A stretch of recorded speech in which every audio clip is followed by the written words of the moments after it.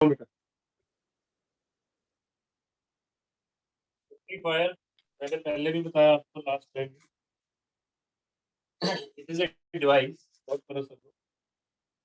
It is a device which is used to convert. It is an electronic device. दो तरह के device होते हैं, एक होते हैं इलेक्ट्रिकल डिवाइस, एक होते हैं इलेक्ट्रॉनिक डिवाइस। ये इलेक्ट्रॉनिक्स है, जो सेमीकंडक्टर पे बेस्ड जो भी डिवाइस होगा वो इलेक्ट्रॉनिक डिवाइस होगा। तो it is an electronic device. Electrical या इलेक्ट्रॉनिक बताओ? Electronic device. इसका काम क्या है? It is an electronic device which is used to convert AC input voltage signal।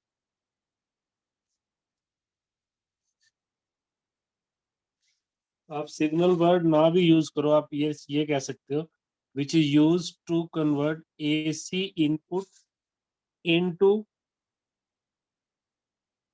DC output। Signal word use करना है तो साथ में फिर आउटपुट सिग्नल। तो एक ऐसा डिवाइस है जो आपके लिए क्या करेगा?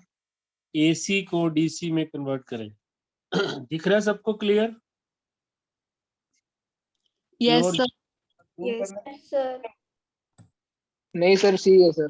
पहले ही जूम किया हुआ मैंने, बता देना। तो it is an electronic device which is used to convert AC input voltage signal to DC output voltage signal. जैसे मान लो ये वो डिवाइस रेक्टिफायर, यहाँ पर मैंने दो टर्मिनल्स के ऊपर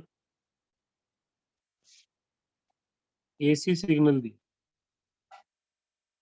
AC तो आपने पढ़ ही लिया कैसा होता है AC वेव। और यहाँ इसके अंदर जो रेजिस्टेंस लगा होता है, ऐसे यहाँ भी लगा होता है, इस पे जो वोल्टेज आएगी वो वोल्टेज DC आएगी। तो AC जो फ्लक्चुएशंस थी ना अल्टरनेटिंग करंट की या अल्टरनेटिंग वोल्टेज की, वो उसको डायरेक्ट करंट में या डायरेक्ट वोल्टेज में कन्वर्ट कर देता है। इन इंडिया हमें पता है कि AC की फ्रीक्वेंसी कितनी होती है? 50 हर्ट्ज। और DC की तो फ्रीक्वेंसी 0 ही होती है। इस डिवाइस का काम होगा आपके लिए AC को DC में कन्वर्ट कर। It is used to convert AC signal into DC signal. Note कर रहे हो ना साथ साथ? Yes sir. अब इसका यूज क्या है? रेक्टिफायर का यूज कहाँ कहाँ पे होता है वो हमने पहले भी डिस्कस किया था। सबसे बड़ा यूज इसका है, it is used in mobile charging device. Mobile charging device, ये तो इसका एक यूज है। ऐसे इसके बहुत सारे यूज होते हैं। आपके टीवी के अंदर जो पिक्चर ट्यूब होती है ना, जहां आप देखते हो जो डिस्प्ले में आता है, पिक्चर ट्यूब जो डिस्प्ले में आती है वो DC पे काम करती है, उसको DC सप्लाई चाहिए। बट आप टीवी घर से ऑन करते हो, आप तो उसको AC सप्लाई देते हो, आप तो सॉकेट में डालते हो ना इसको, तो उससे AC सप्लाई मिलती है। तो फिर इसी के अंदर यहाँ पर ये डिवाइस लगा हो जो AC को DC में कन्वर्ट करेगा, और तब जाके आपका टीवी चलेगा या आपकी LED जो भी आपने घर में लगाया होगा, वो DC के ऊपर काम करता है।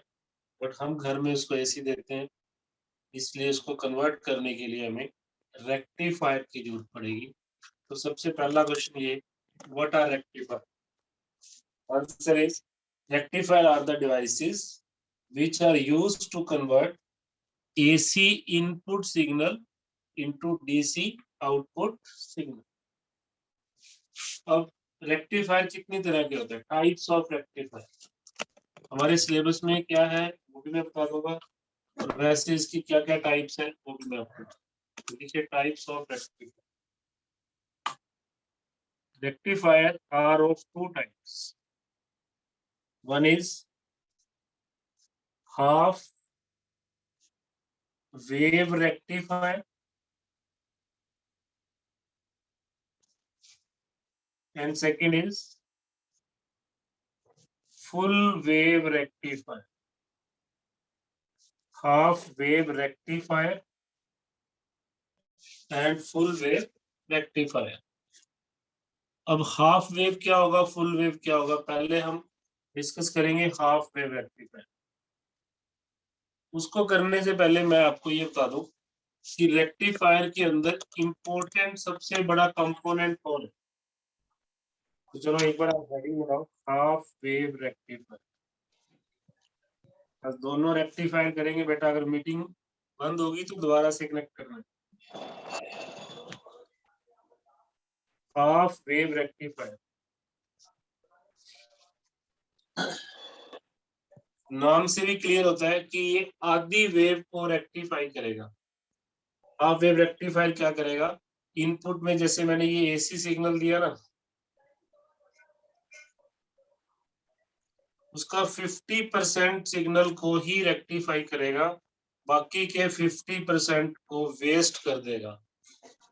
हाफ वेव रेक्टिफायर मीन्स जैसे मैंने दो वेव दी तो ये क्या करने वाला है, ऊपर वाले पॉजिटिव हाफ को रेक्टिफाई करने वाला है, नीचे वाले को कुछ भी नहीं करेगा, वो लॉस हो जाएगा। इससे हमें ये भी पता चल रहा है कि इस रेक्टिफायर में 50% एनर्जी तो लॉस ही हो रही है ना, जो पार्ट में शेड कर रहा हूँ ये लॉस हो, तो इसका नाम जस्टिफाई कर रहा है कि it convert half of the input AC signal into output DC signal.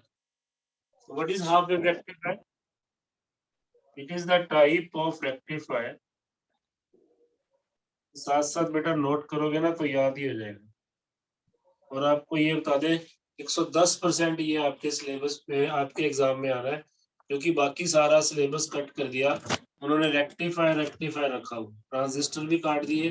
तो अगर क्वेश्चन डालना पड़े ना तो उसके पास कुछ ऑप्शन ही नहीं, या तो आपसे हाफ वेव रेक्टिफायर पूछेगा 4 मार्क्स में या 3 मार्क्स में, या आपसे फुल वेव रेक्टिफायर पूछेगा, या 1-2 मार्क्स के क्वेश्चन होंगे तो भी इससे रिलेटेड ही होंगे ज्यादा। It is a type of rectifier which convert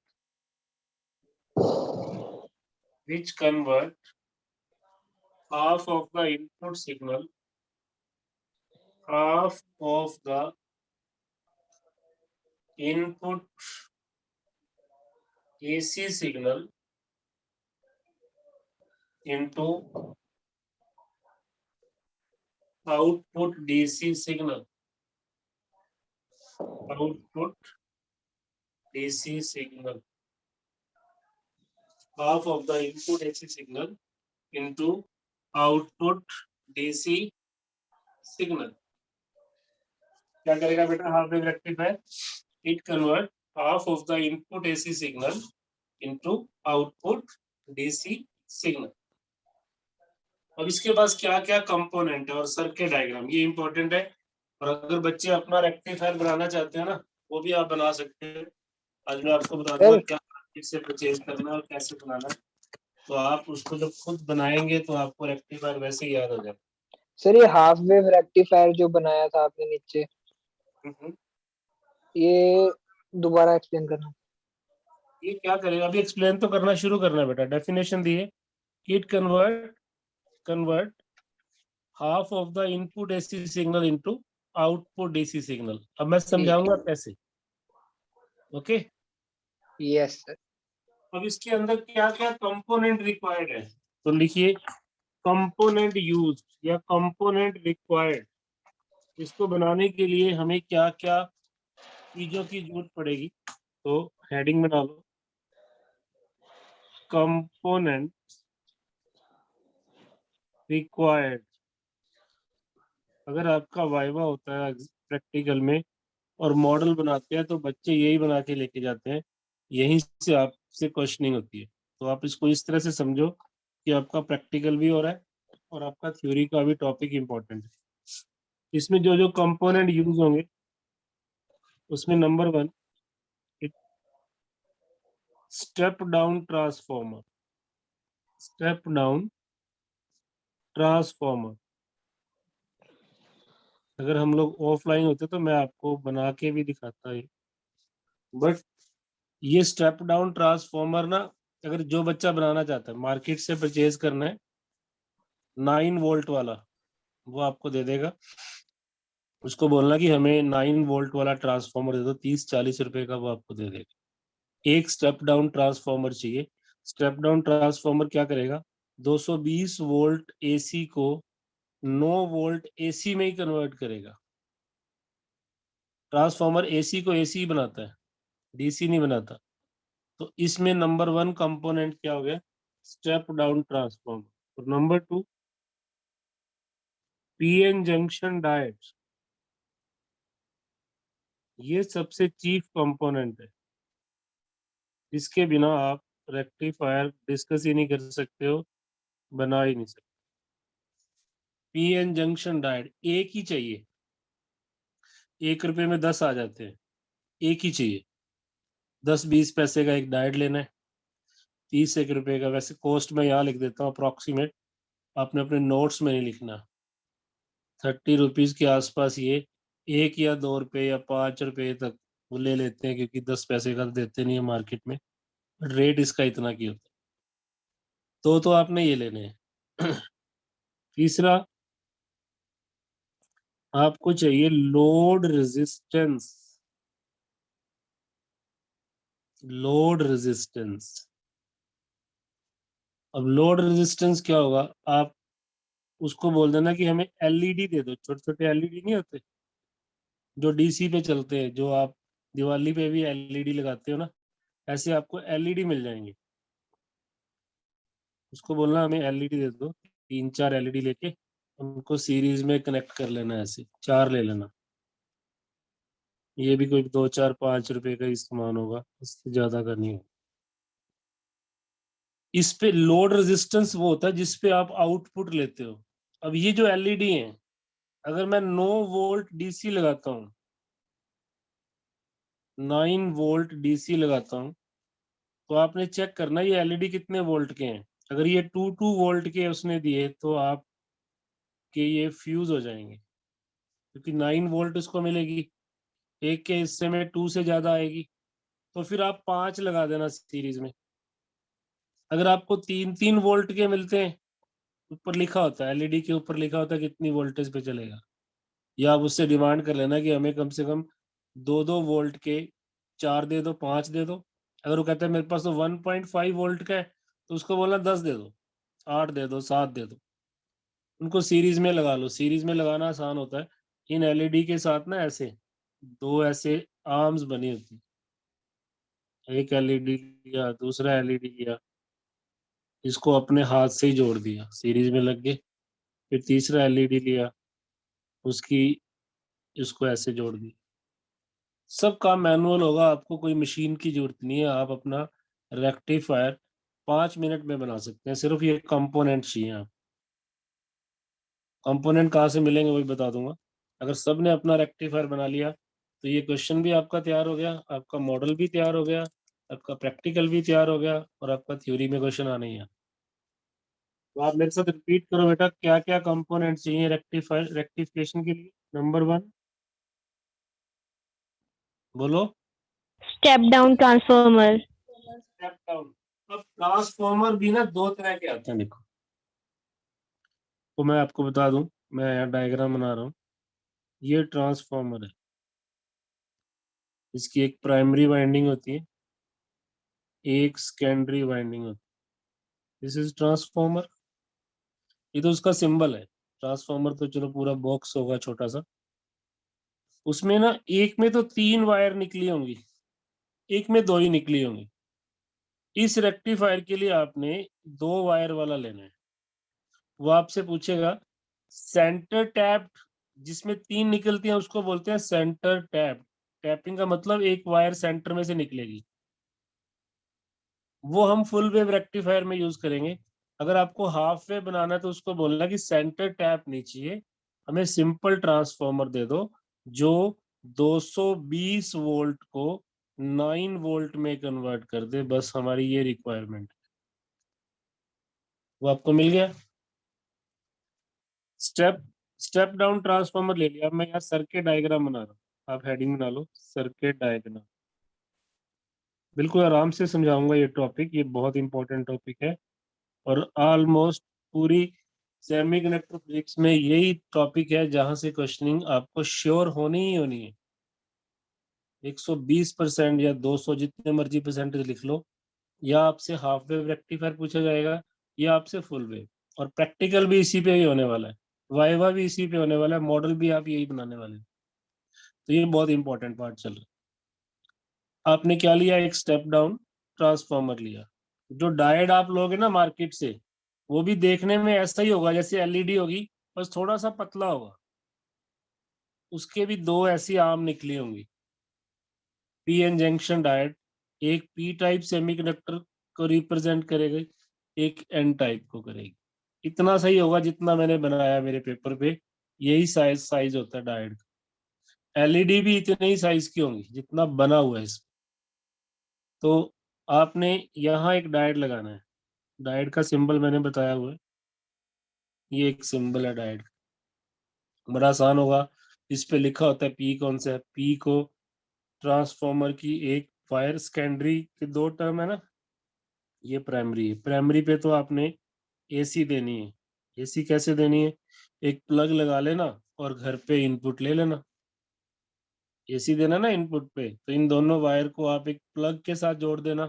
वैसे तो वो जोड़ के ही देगा, ट्रांसफॉर्मर के साथ एक तरफ प्लग लगा ही होगा, बस उस प्लग को घर पे इनपुट देनी है। उसके बाद देखते हैं आगे क्या बनता है। और जो सेकेंडरी दो वायर निकली होंगी उसके साथ आपने ये पी एन जंक्शन डायोड का पी इधर जोड़ देना है, एन को अभी मैंने जोड़ना है, यही रख दिया। फिर आपने क्या करना है, लोड रेजिस्टेंस। सर्किट में तो मैं एलईडी नहीं लगा रहा हूँ, बट मैंने आपको समझा दिया कि इसकी जगह पे आपने 5 एलईडी लगा देनी है। It becomes your load resistance. ये सर्किट डायग्राम बन गया और आप यकीन मानो ये आपका रेक्टिफायर हो गया।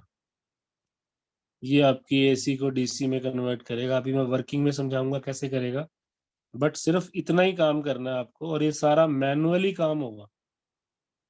किसी भी इलेक्ट्रिकल शॉप से लास्ट ईयर बच्चे जहाँ से लेके आए थे मैं बता दूंगा आपको, उसको आपने कहना है कि हमें एक ट्रांसफॉर्मर दे दो, एक या दो डायोड ले लेना, एक आधा खराब भी हो जाता है कई बार, 2-3 डायोड ले लेना, और यहाँ पर इसकी जगह पे लगाने के लिए आप एलईडी ले लेना।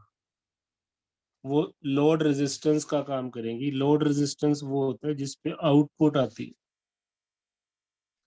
और ये ट्रांसफॉर्मर कौन सा होगा, स्टेप डाउन।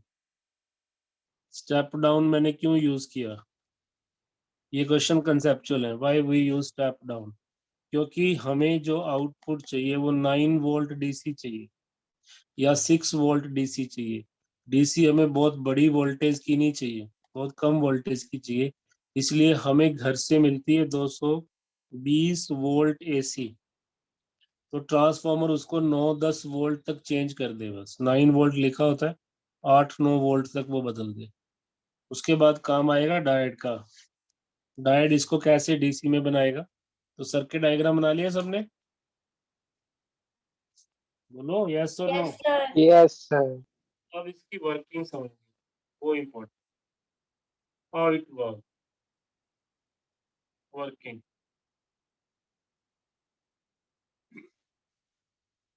मैं इसको डायोड को दो टर्मिनल के साथ जोड़ दिया, तो मैं नाम रख दिया ए और बी। देखिए जब हम पीएन जंक्शन डायोड पढ़ रहे थे, आपको याद होगा diode is a unidirectional device, मैंने एक लाइन लिखवाई थी, उसका क्या मतलब था, कौन बताएगा। Diode is a unidirectional device, what does it mean. Sir मतलब एसी को तो डीसी में कन्वर्ट कर सकते हैं बट डीसी को एसी में नहीं कर सकते।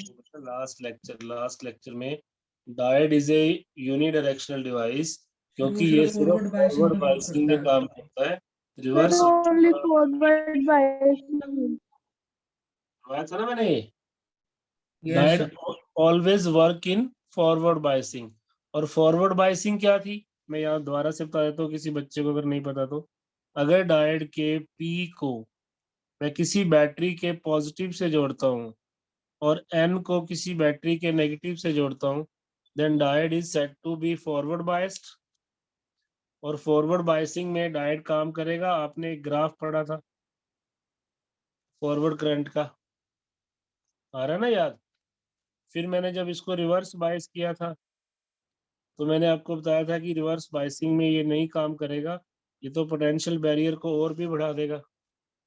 सिर्फ कुछ माइनॉरिटी कैरियर फ्लो करेंगे और वो करंट इतना कम होगा जो हमारे किसी काम का नहीं है। एक वोल्टेज के बाद ब्रेक डाउन होगा तो डायोड किसी काम का नहीं है। तो फिर हमने कंक्लूजन ये ड्रॉ किया कि जब तक तो ये करंट है वो हमें यूज नहीं आ रहा, उसके बाद डायोड ही खराब हो रहा है, तो हम इसको रिवर्स बायस करेंगे ही नहीं। मतलब डायोड रिवर्स बायसिंग में काम नहीं करेगा, डायोड फॉरवर्ड बायसिंग में काम करेगा। इसीलिए हम इसको बोलते हैं it is a unidirectional device. इसकी यही प्रॉपर्टी इसको रेक्टिफायर बनाएगी। कैसे बनाएगी वो समझो आप। जैसे मैंने इसको इनपुट सिग्नल दिया, इनपुट सिग्नल की मैं एक वेव बना रहा हूँ, एक पॉजिटिव हाफ और एक नेगेटिव हाफ। तो वर्किंग में आप लिखो during the positive half, during the positive half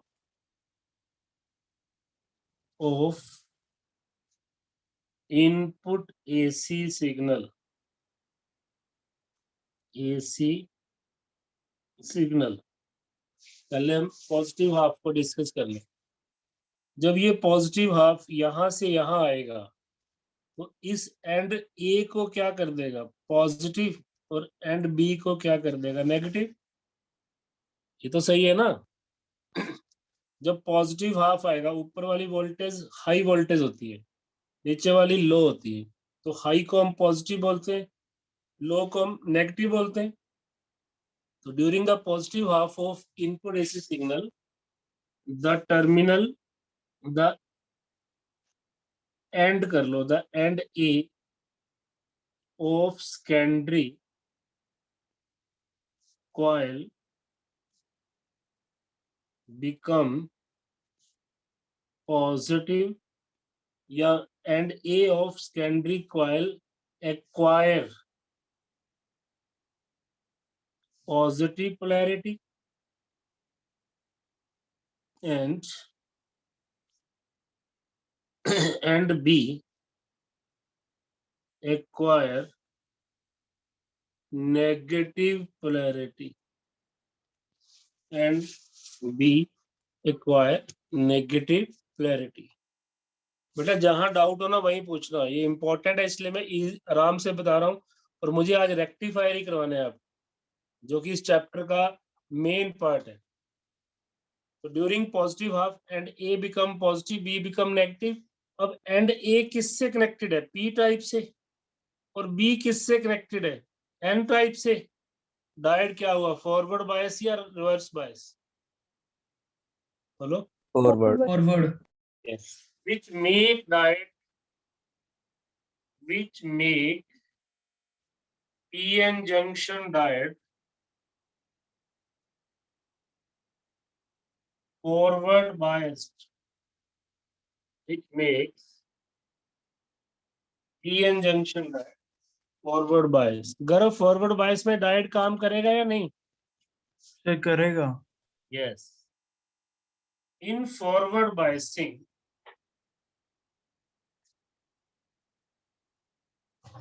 diode conduct करेगा, अपने में से करंट पास करेगा।